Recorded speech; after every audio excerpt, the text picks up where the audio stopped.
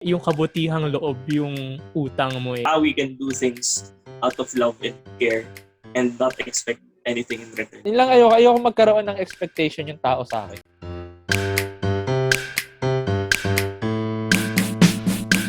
Hi guys! Welcome sa isa na namang episode ng All is Well, the podcast. Ako si Dodge. Ian, Jomar. Alright! So, kumusta naman mga araw nyo guys? natulog lang ako today. It's a Saturday. Same. I need rest. Tamad na tamad din ako this past week mag-work. Tapos medyo aburido pa ako kasi hindi masyadong kita-titer. Pero I have a big ass pimple dito sa... Akala ko dahil sa finale ng ano.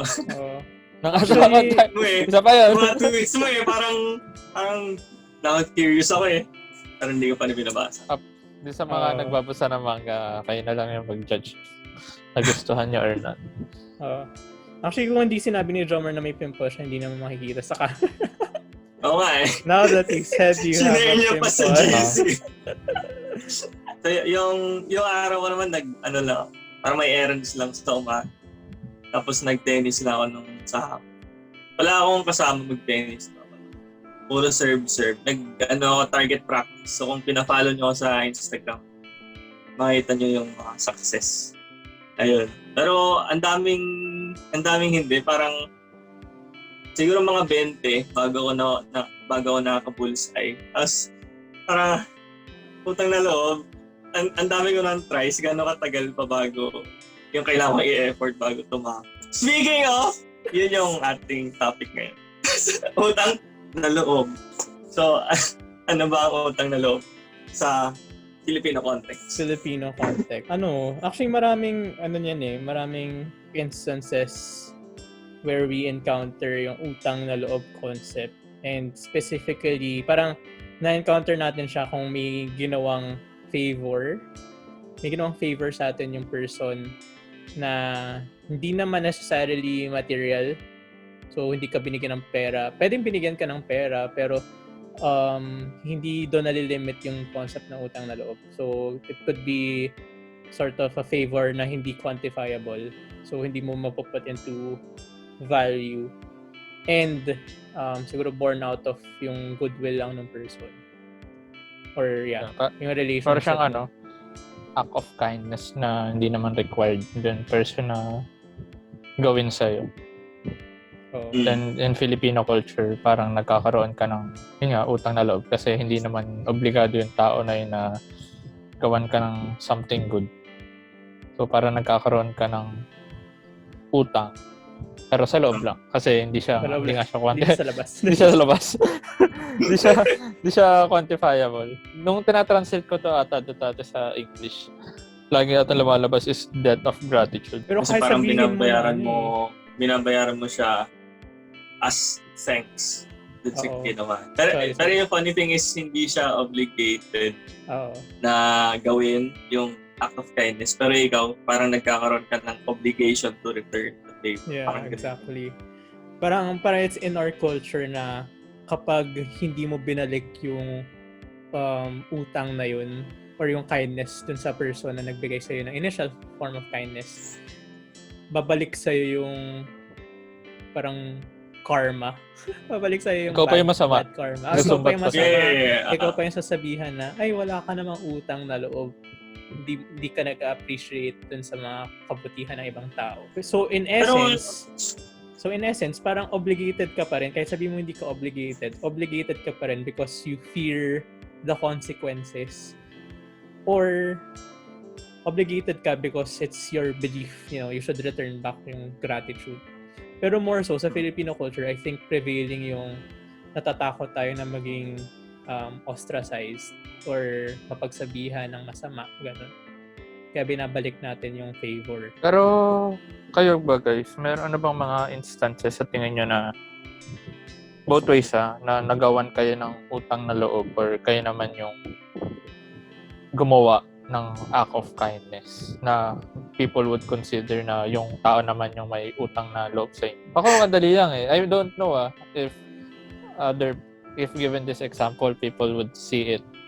Pero from what I know, para sa akin, utang na loob na yung mga ginawa ni Dodge for me nung nung college, nung roomies kami. So kahit itong recently lang, parang for me, tinatanong ko as utang na loob yung nag-deliver si Dodge ng regalo dito nung Christmas. Kasi wala naman bayad yun. Tapos hindi naman siya obligado na gawin yan for me. Doon naman sa ako. Ewan ko, sa akin kasi kahit maliit lang yung act of kindness na ginawa sa akin ng kahit ng friend ko. Parang I'm so grateful na parang thanks for doing that for me. Kahit wala naman legal basis na gawin mo yun sa akin. And I don't feel obligated naman to throw it back. Pero parang sa akin, kahit sa personal lang for me, parang someday I want to return that act of kindness. Not because I'm obligated to, pero masarap lang din sa loob na maipakita mo din dun sa tao na yun na grateful ka. Yung sa akin yung siguro yung ginawa na ko ng mabuti tapos na-feel ko yung kailangan i-give back.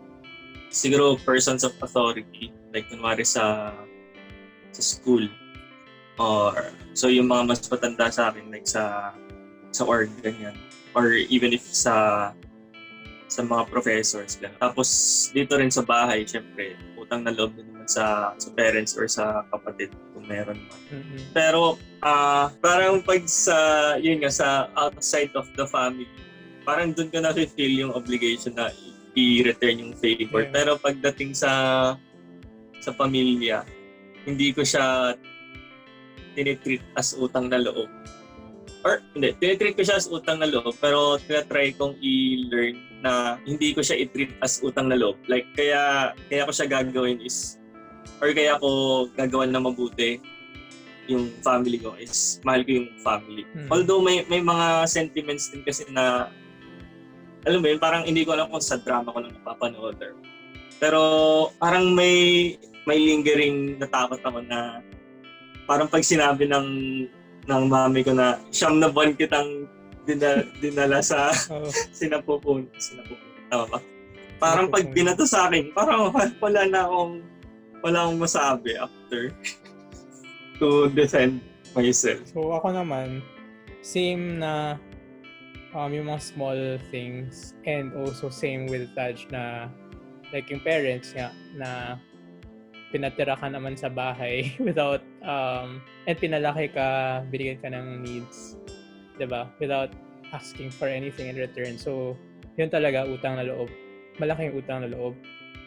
I feel like malaking utang na loob ko. At the same time, mas malaki rin yung utang na loob ko for other people na hindi ko ka-close. Pero they go out of their way to help me na sa kabutihang loob lang talaga nila they provide yung benefit or they provide help. So hindi naman mas malaki pero malaki yung utang na loob ko rin sa kanila because yun yung talagang walang any strings attached na hindi ka nila friend, hindi ka nila close friend, hindi ka nila ka-relative pero tinulungan ka pa rin. So, malaki yung tingin ko dun sa acts na ganun. And I do my part to return the favor. I don't know, baka kasi tingin ko medyo transactional yung mga bagay which may not necessarily be the best way of thinking. Pero if binigyan ka ng ganung benefit ng isang tao, I feel the obligation to give it back or bayaran. Kasi yun nga, hindi ko naman sila ka-close to feel comfortable of not returning the favor or not giving back. So parang barter lang ganun yung dating sa akin, which may not necessarily be the best way of thinking. And in terms of me giving to others, tingin ko naman I don't really expect to be given something back. Except na lang if I give a type of service na I expect a monetary return. Yun lang. Pero kung kunyari friend kita or close friend or wala lang, naisip ko lang na tulungan ka because of reasons. But I don't really expect you to give something back to me.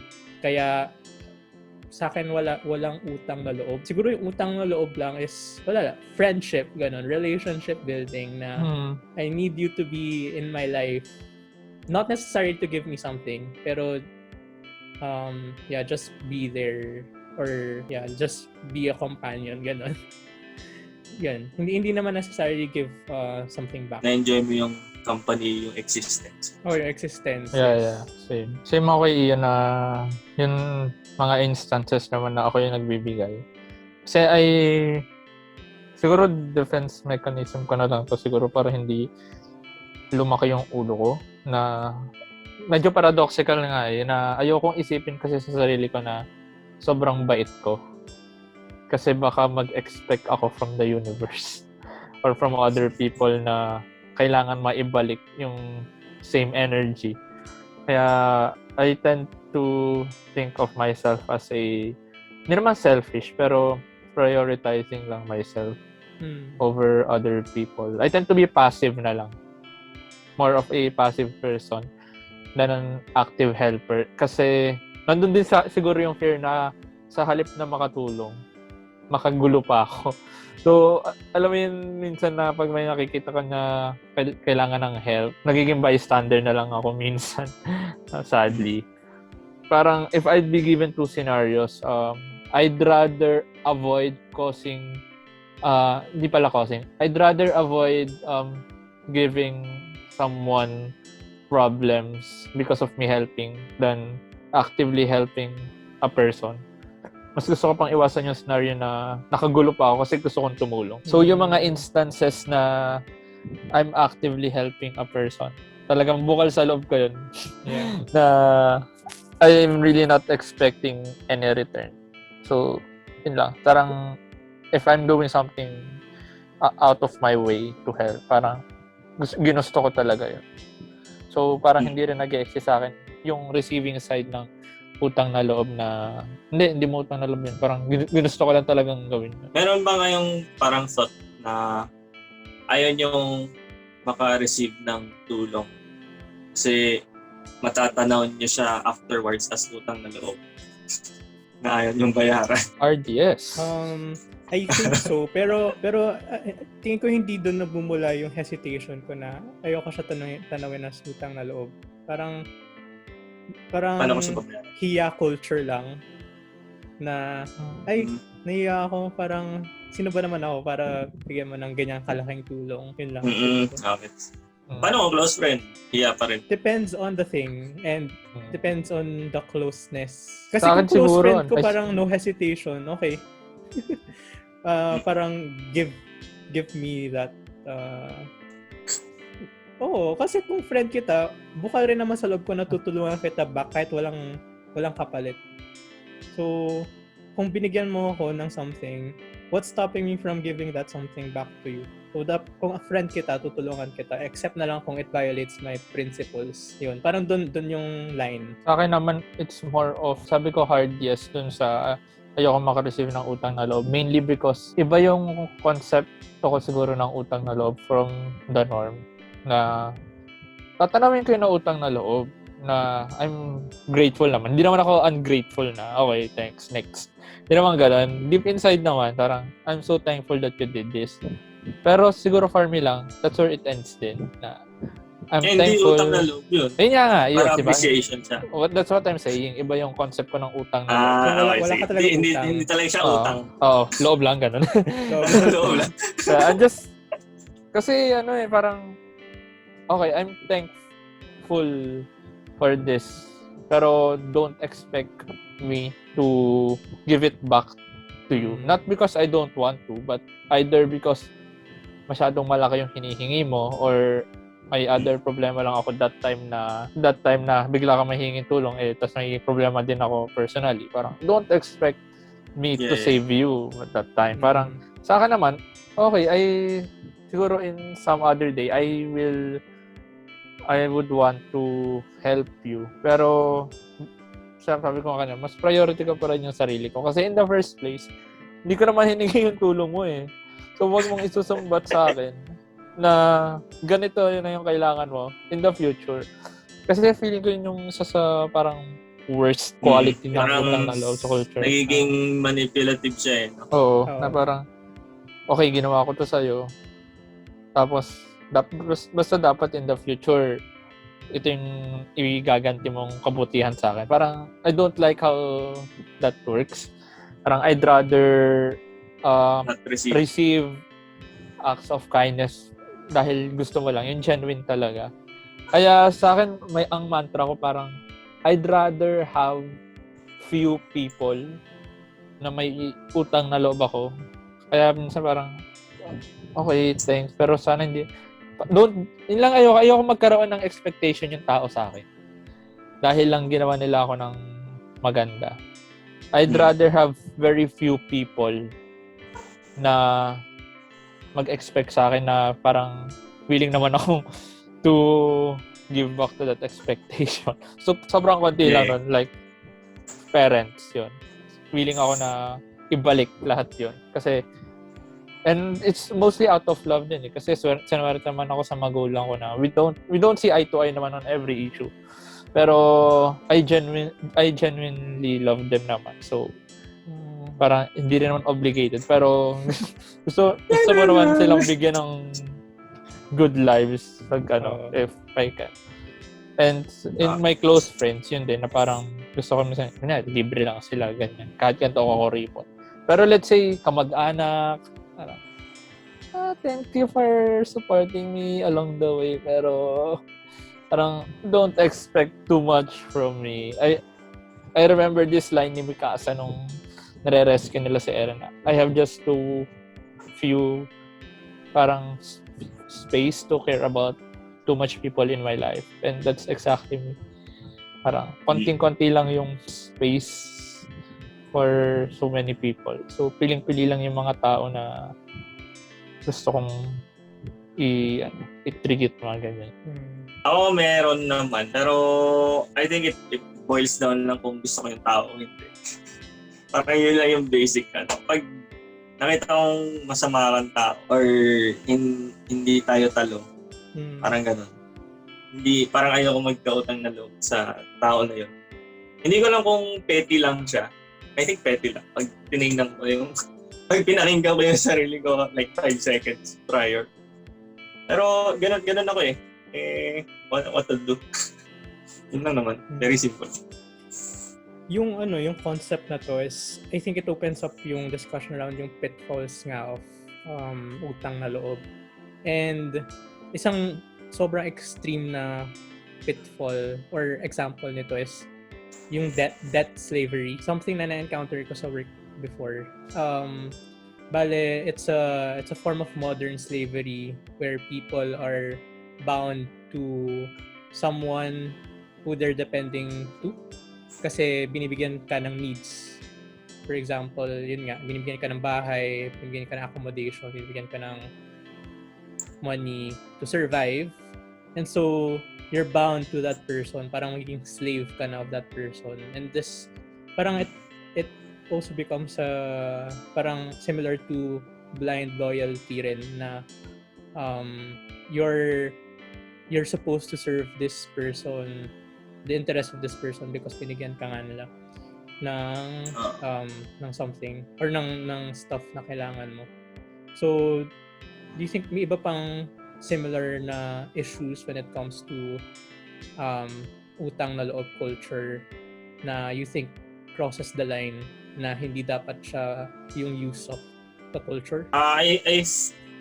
Parang wala akong masagot dun sa question mo, pero naisip ko lang na okay, given na ginawan ka na mabuti and given na binabayaran mo siya balik, pero until when mo siya babayaran? Kasi yun yung concept ng slavery di ba, na you just give back and give back, pero until when will you stop?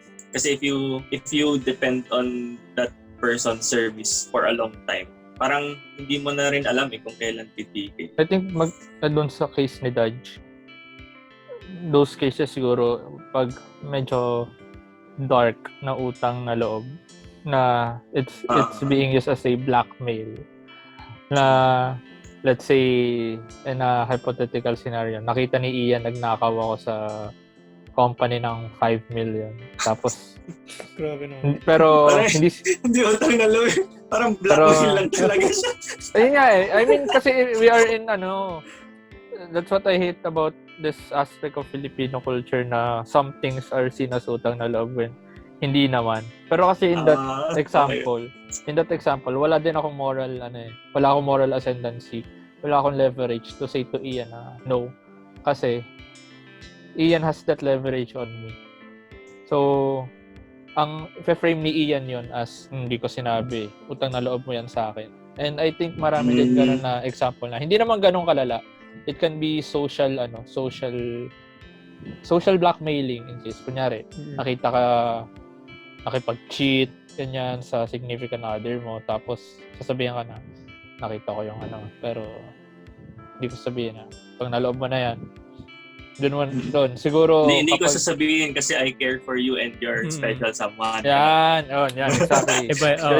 yung messaging, Shit, ganun yung messaging. Shit ko kayo, ayoko kayong mag-break eh. Parang ginagawa ko to dahil kaibigan kita, pero tapos gagamitin na yan as a leverage to Pero isa pa siguro, aside from blackmail, isa pa na nakikita kong examples sa sinabi ni Ian na parang it goes beyond the boundaries is kapag ginagamit yung isang, hindi naman maliit kasi I don't want to parang gawin competition naman yung act of kindness. Pero pag parang ine-extend nila yung boundaries by saying, kunyari may pamilya na tayo. Tapos, back in high school or back in college, tinulungan ko si Ian na mag-aral, ganyan. Tinulungan ko siya mag-aral. Tapos, nung nagkaanak na kami, ganyan, sabihin naman ni Ian sa akin, uy, pasok mo naman tong anak ko dyan. Alam ko naman yung anak niya hindi qualified. So, parang, parang, it's not fair. Parang, ginagamit mo yung act of kindness. Ay, baliktad pala kasi ako yung gumawa ng kindness kay Ian. So, pag may company pala si Ian, tapos sabihin ko kay Ian, pasok mo naman yung anak ko, pare. Yan, yung mga pag-frame ng messages. Eh, alam naman ni Ian, hindi qualified yung anak ko, bagsak sa exam, walang qualifications. Yeah. Pag nagiging padrino system, parang nepotism na yung side ng utang na loob. Doon ako naiinis. Pwede pa, short summary, nepotism. Family. Yeah, parang dynasties, ganun. Para kunwari magpinsan tayo. Yung family members. Tapos ganun. May one time tapos dahil pinsan kita, tinulungan kita na kunyari pinag-aral kita. Tapos yung anak ko naman yung nangailangan ng tulong. Uy, pasok mo naman yun. Kunyari 5 yung anak kong kailangan magtrabaho, lahat sila hindi qualified. Pasok mo na. Ikaw na lang yung yung anak ko. So, doon ako naiinis sa mga ganun example. Tapos, kapag di ka pumayag, ikaw pa yung masama. Ikaw pa yung masama. Tama. Wala ka naman utang na loob. Hindi ko naman sinabi na gawan mo ko na maganda that time, tapos isusumbat mo sa akin. Parang yun eh. Iba siguro pag ikaw yung humingi ng tulong before. Yeah. Iba yun. Siguro matatanggap ka pa na sabihan ako ng gano'n. Pero yung parang a short summary lang nung parang pitfall niya is when you use your kindness as a currency na parang you need to return it back. Parang magiging transactional na nga lang siya. So parang ginawa mong Full Metal Alchemist. Equivalent exchange. Parang may naisip ako doon. Eto, pag ba binibigyan kayo ng regalo, parang nape-pressure ba kayong magregalo din? Pabalik, parang totoo lang, oo eh. Ako, sa totoo lang, oo. Ako parang especially, especially sa mga hindi ko kakilala, na hindi ako ka-close. Like, kunyari, sa office, may nagbigay sa akin ng gift na hindi ko naman siya ka-close.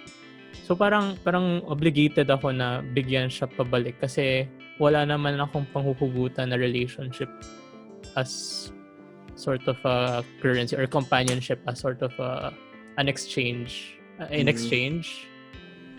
Ewan ko, parang ganun yung thinking ko. Same ako kay Ian na mas pressured ako kapag hindi ko kakilala. Siguro I can see it being an issue on siguro workplace.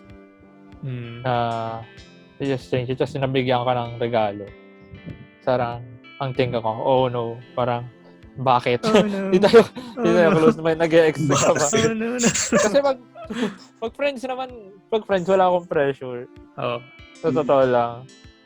Kasi pag binigyan mo ako ng regalo, oy, thanks ha. Kasi alam na rin naman ng friends ko na kuripot ako. So, swertihan na lang pag nabigyan kita or not. Pero pag di mo ko kasi kilala, or di mo, kahit nga hindi, parang hindi ka close. Or, I mean, kahit kakilala mo, pero pag hindi lang talaga kayo close, then ko parang naiisip na may motibo ka ba? kasi parang Yeah, You just can't thinking- believe on the kindness Oo. of people. hindi parang hindi mo naman tayo close. Parang bakit ka magiging mabait sa akin? Totoo. Pero- Parang ganun din ako. Questioning people's motives. Bakit kaya? Crush mo ba ako? Crush mo ba ako? Yeah. May gusto ka ba sa akin na may kailangan ka ba sa akin? Pero yeah. Pero hindi ko naisip. Pero lately sa work, parang I've come to realize the value of relationship building. Na okay, some people do this just to, you know, expand their networks and connections, which is not a bad thing. I think nag-agree din ako sa kung ibabalik ko man, ano na siya sort of social contact na lang siya. Kasi ngayon kasi parang kaka-start ko lang mag-work, tapos parang hindi ko pa na-experience or hindi ko pa na-feel yung pressure na magbigay ng kung ano man sa mga workmates, gano'n. Although friends ko sila, like legit friends ko sila. Pero hindi rin kasi talaga ako nagbibigay like sa inyo. Hindi naman ako nag-gift talaga. Parang ano lang, acts of service lang. Dadalang ko ng pagkain sa bahay or yung regalo nga. Shit. Sorry. Or isasabay sa kotse, gano'n. Pero when it comes to gift giving talaga, wala pa ako siya na-experience. Pero siguro babago na yung outlook mo after. Siguro when it comes sa akin din, medyo same kay Dodge when it comes to actually to everyone. Pero siguro most especially sa hindi ko naman ganun talaga yung inner circle of friends. Ayoko lang siguro talaga ng something material or monetary kasi ako repot. Pero kapag pag acts of service naman, parang G naman ako doon na kung tinulungan mo ako to do this work, parang nagkukusa na rin talaga ako na tulungan sila if my time. Kasi parang I think that's how relationships should be, at least in the workplace. Yeah. Lalo na if okay naman kasama yung mga workmates mo, which is luckily okay naman yung mga workmates to. Shout out if nanonood kayo. So question lang din. So may mga utang ba sa tingin nyo na sobrang laki niyang in terms of na yung natanggap mo na benefit na hindi mo na siya mababayaran? Oo.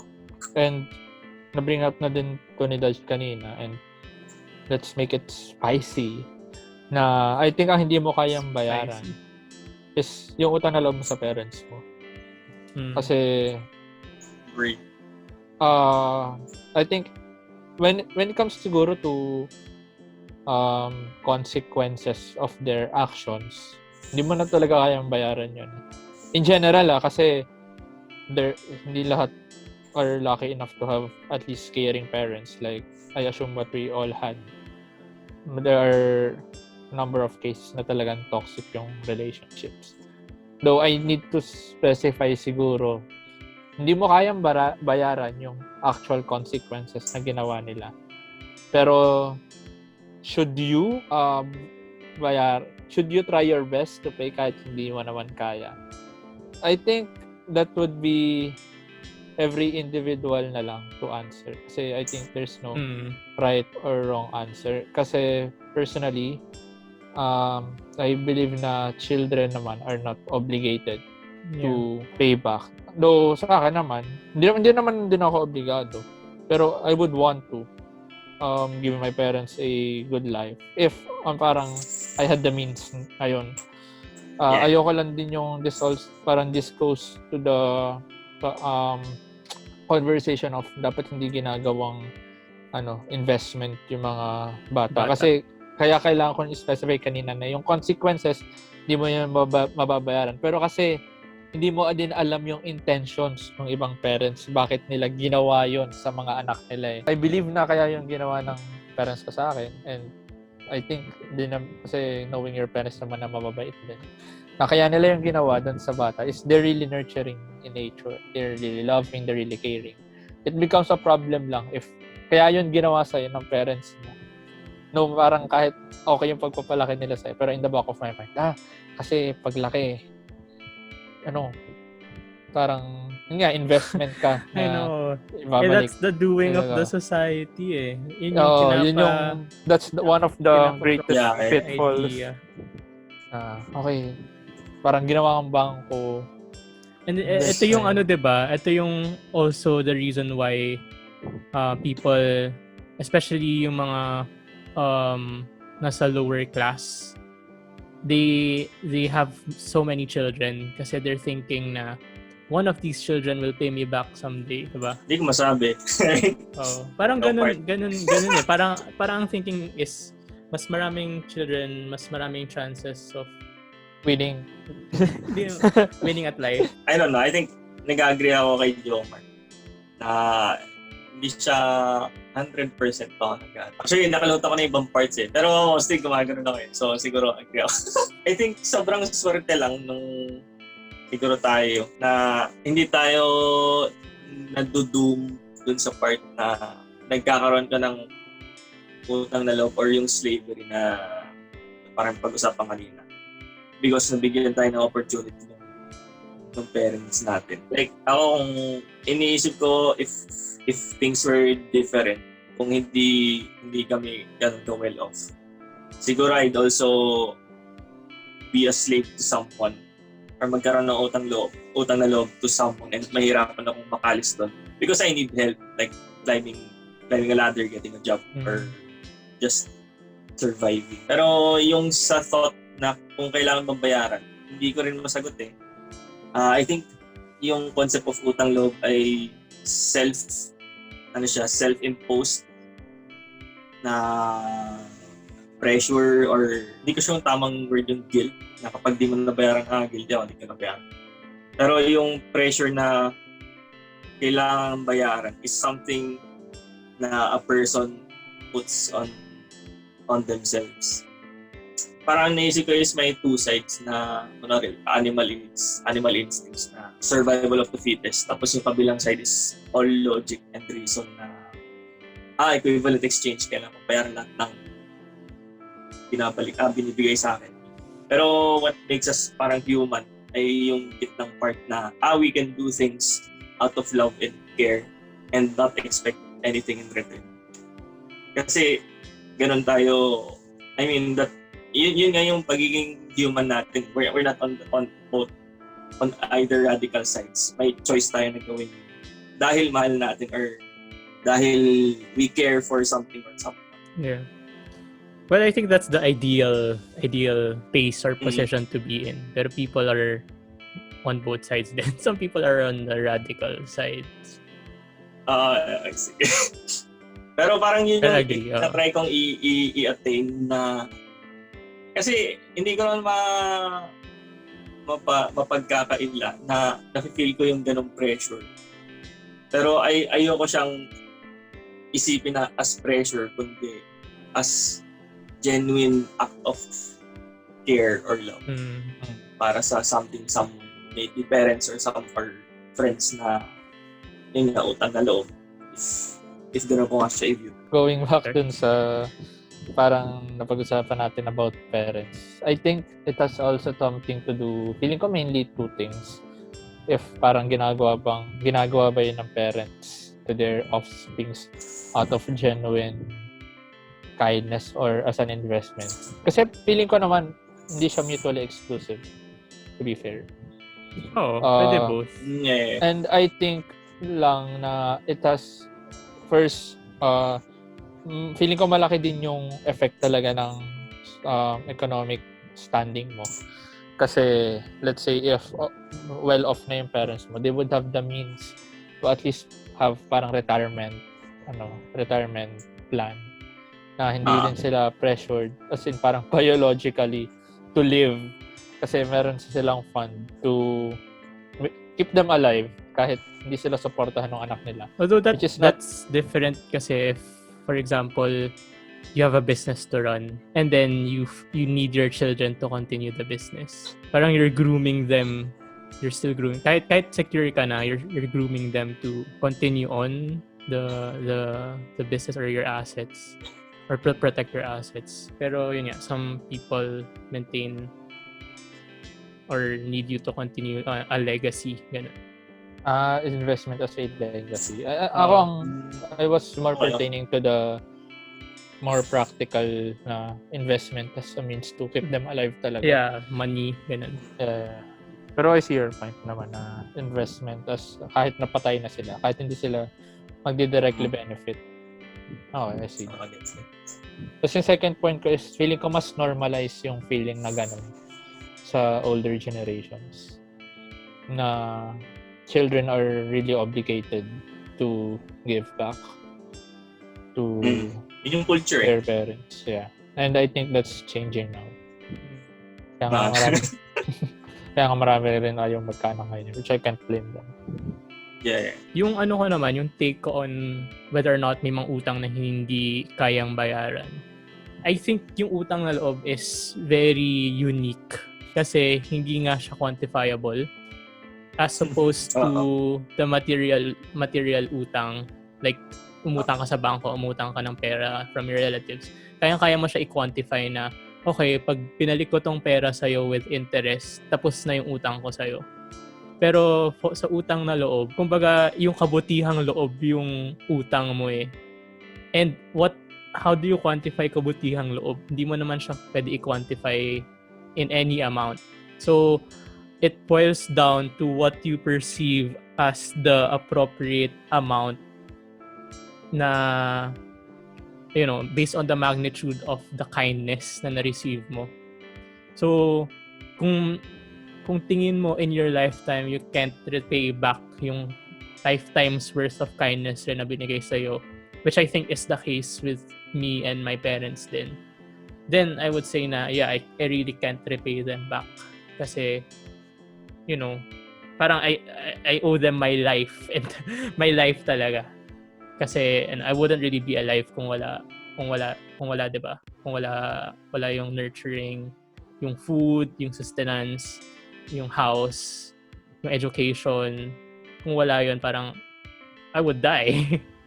So literally if I look at it yung utang ko is my very existence. Parang I'm here because you allowed me to live. Again, this may not be the best way to look at it nga kasi there is an ongoing discussion as to whether or not parents should see their child as investment. Pero in my case, yun yung nafe-feel ko na the benefits are too great for me to repay in my lifetime. And I guess that also applies to other people. It depends on the magnitude of yung benefits na binigay nila sa'yo. May iba kasi nagbibigay ng pera without them asking for it back kasi binigyan ka lang talaga ng pera. So, it's up to you to think if yung pagbigay ba or pagbayad ba sa kanila ng pera pabalik, the exact amount plus interest if meron man, would that suffice as repayment, or should you also repay the kindness or the initiative of the person to give you something ng bukal sa loob na walang hinihintay na kapalit? Parang goodwill. Do you also repay that? So, yun. Parang it really depends on the person. Kasi iba rin yung perception. Maaaring, for example, pag nabigyan ka ng job, yung big break mo eh. Pero tingin mo, job lang siya. Hindi siya ganun kalaki.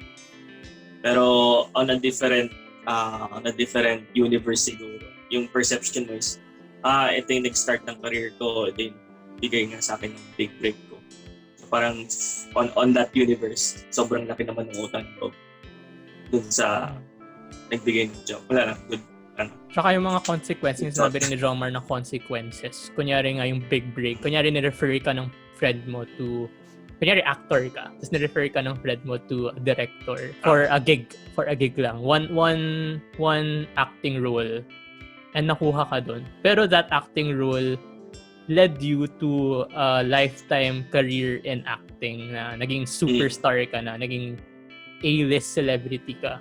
Kasi napalabas do you siya repay it? sa Amerika. Gano'n. Do you just repay the Sa Los initial Angeles. role? Oo, sa Hollywood. Do you just repay the person for the initial role? Yun ba yung utang na loob mo sa kanya? For the first role na nakuha mo? Or do you repay that person for the lifetime career that you had because of that one small act of kindness? Ayun, di ba? I think it's that, ganun, yun dun yung point na where it becomes complicated eh. Kasi I think it becomes problematic when people set expectations, and when people set expectations on utang na loob, it becomes problematic kasi nga hindi siya quantifiable. So, iba yung parang dun sa example ni Ian, parang if ako yung nag-refer sa'yo, tapos I'm this greedy man na okay, I expect ginawan kita ng something, tapos ang una ko agad inisip, okay, I expect something in return. Tapos nakita ko, yumaman ka doon. So for me, ang degree nung ginawa ko sa'yo was so big. Mas 10 times, Kasi kung 100 times. hindi kita na-refer, hindi ka yayaman. Oo. Which is toxic kasi I'm giving too much credit to myself eh.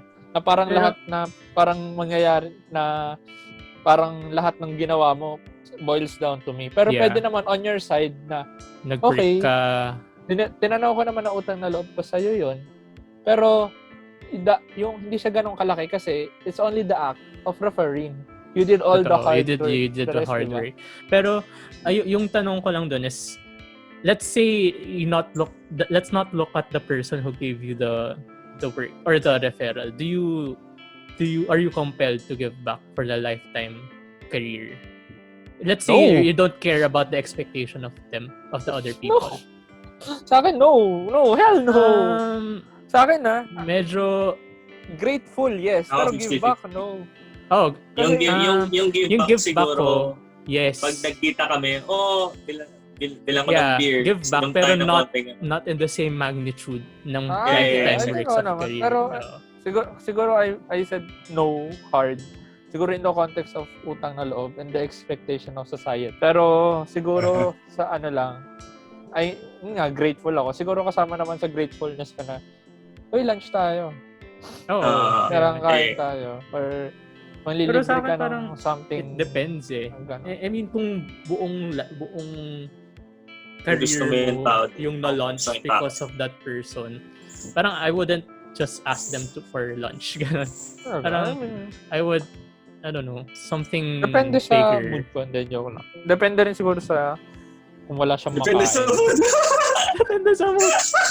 Depende sa mood, tapos depende sa... Pag-feel ko lang.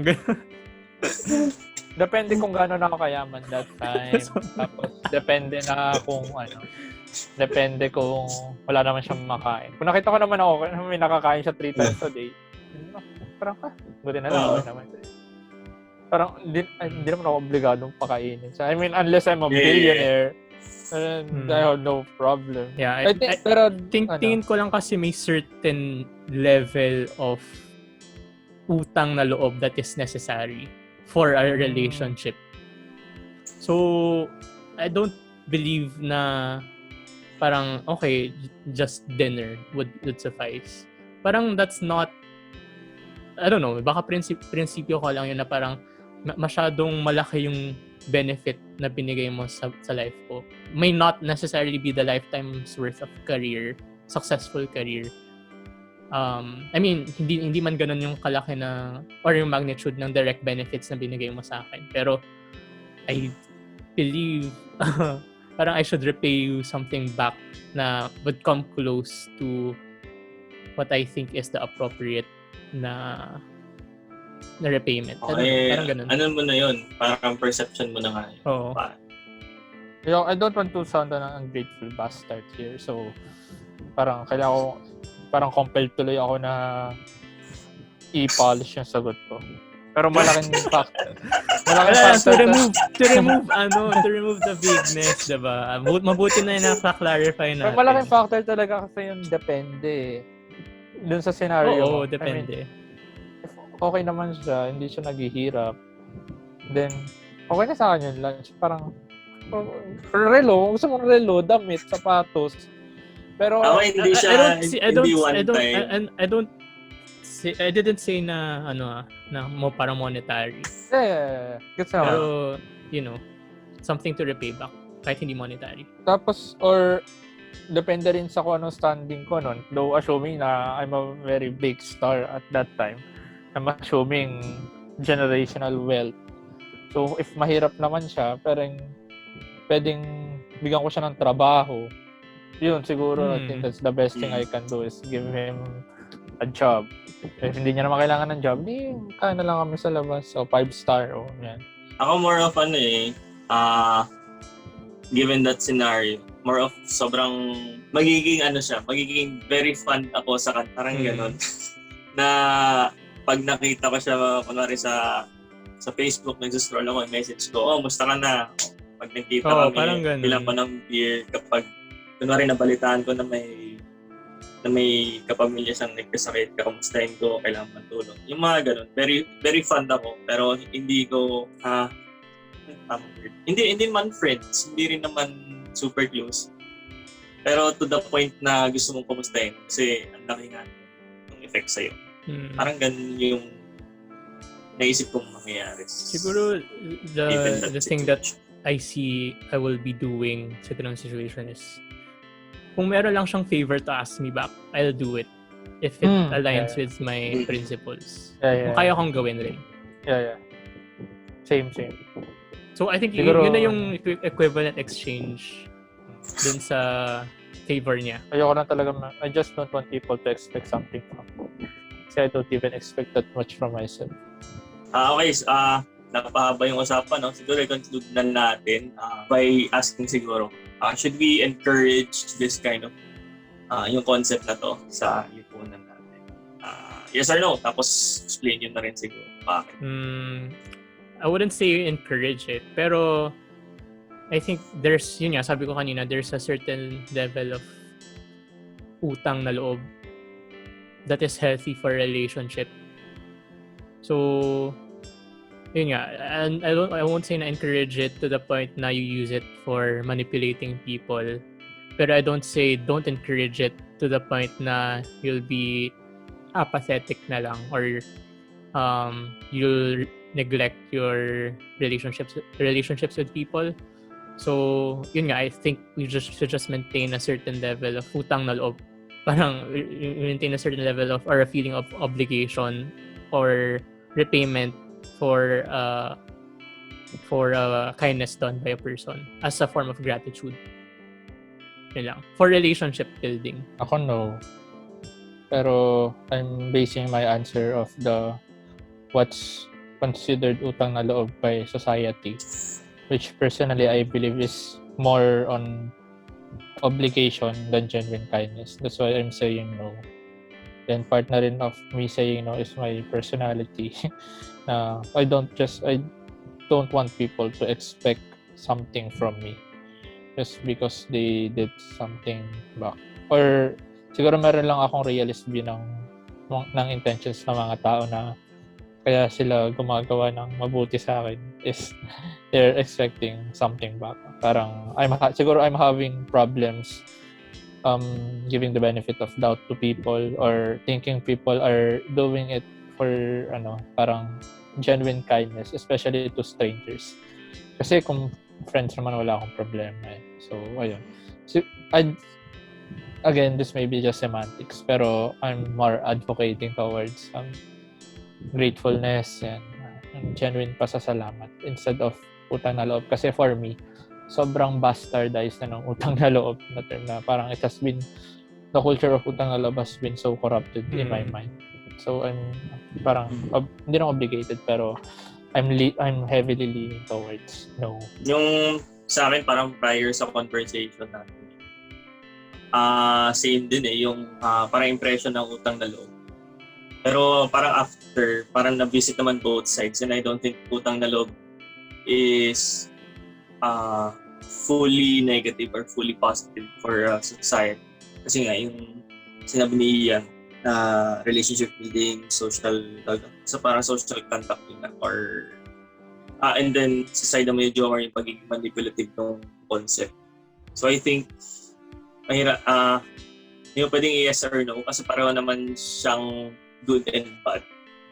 Pero then again, even if naman yes or no yung isagot natin, parang innate naman sa tao na magkautang na loob sila. Parang mafe-feel pa rin naman talaga nila yung utang na loob kahit i-encourage natin or hindi. Feel ko lang, yun lang yung feel. Okay, so this ends our episode ng podcast for today. No? Very malaman, I should say. So, kung nakarating kayo sa part ng video na to, sa dulo, maraming salamat. And if you want to check us out, we're on Spotify, we're on Apple Podcast, we're on Anchor, YouTube. Tapos kung nakikinig naman kayo doon, we're also on YouTube. So gusto nyo kayong may makita, may video, punta kayo sa YouTube. And my pimple. Ayun, gusto nyo makita yung pimple ni Jomar. Sa mga tagapakinig namin dyan. Tapos meron din kami Google Forms. We appreciate any kind of feedback. Nagsisimula pa lang kami and gusto namin matuto pa paano podcast. So, and also if you have messages, yes, we'll be happy to hear them. Ayun. So, nasa description lang. Nasa description lang down below. So, thank you. This has been another episode of All Is Well, the podcast. See you sa next episode. Si Jomar. Si Jomar. Keep that in. In.